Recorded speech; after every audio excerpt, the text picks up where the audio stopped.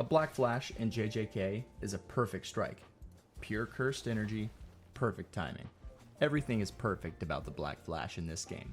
The dark distortion, the impact, the sound, everything. These Black Flashes are what got me stuck on Jujutsu shenanigans. And this is why you should play it, because it just might be the best game on Roblox this year. The first thing that you might notice when you start in the game is that everything looks very clean. It's nice and down to earth. It's not trying to do too much and get you to buy all the game passes right off the bat, unlike so many other games that are popular right now. And that's something that I can really take time to sit down and appreciate.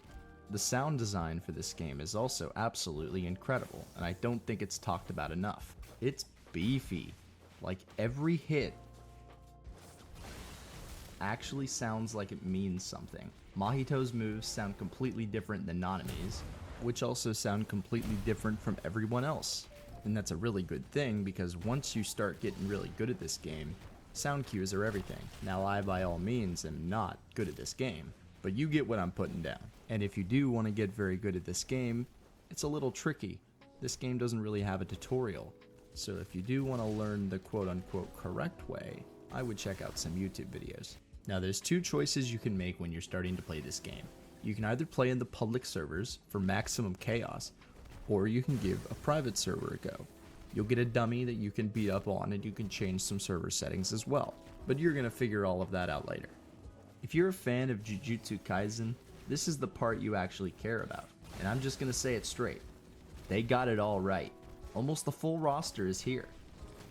The first character that I actually focused on learning was Mahito. His simple base kit Black Flash was really what got me stuck on it. But don't get me wrong, you cannot go wrong with picking anyone else to play with. Gojo and Sukuna's domains feel as broken as they should, and it's not by accident. It's a great design choice. Sukuna's M1's turning into a ranged slash on top of the world-cutting slash that you can perform in this game. Then you have Nanami hitting like a truck. Don't even get me started on Hikari. But the best part of this game really is the domain clashes. The way the domain clashes are implemented is spot on.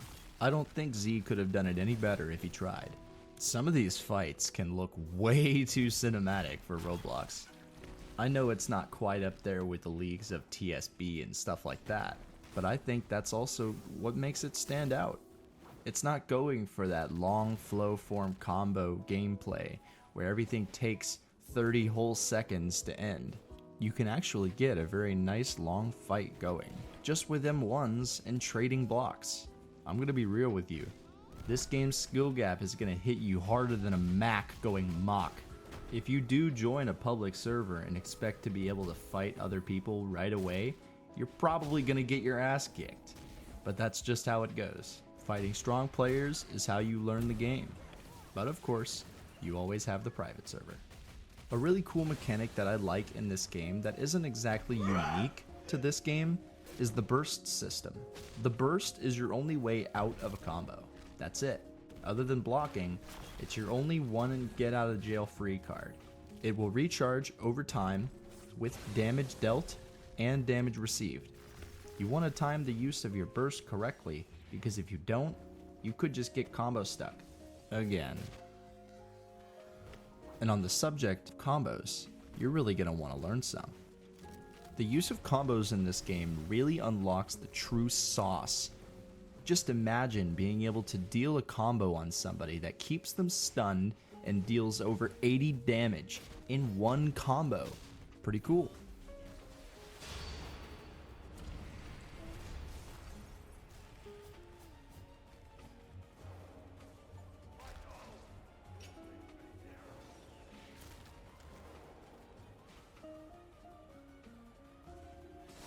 And just in case you were worried, yes, this game is completely free to play.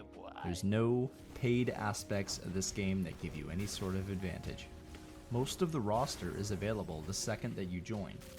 The only characters that you would need to pay for are the ones that are currently in early access.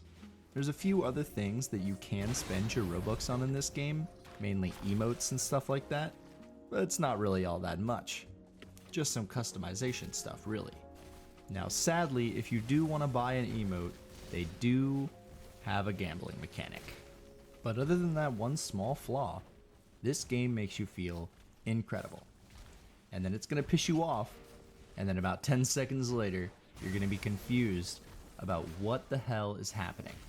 The black flashes are perfect. The domains are perfect. The sound hits. The roster is almost complete, and it's still growing. The skill ceiling is legitimately incredibly high for a Roblox game. Z built some real good stuff here. You can really tell that the whole thing was made by someone who actually cares about the source material. So do I think it's the best Roblox game in 2026? I think so. But what do you think? Post-production Zelly here. Just letting you guys know I ran out of stuff to talk about, so I'm just gonna let you guys watch the rest of this footage. Enjoy.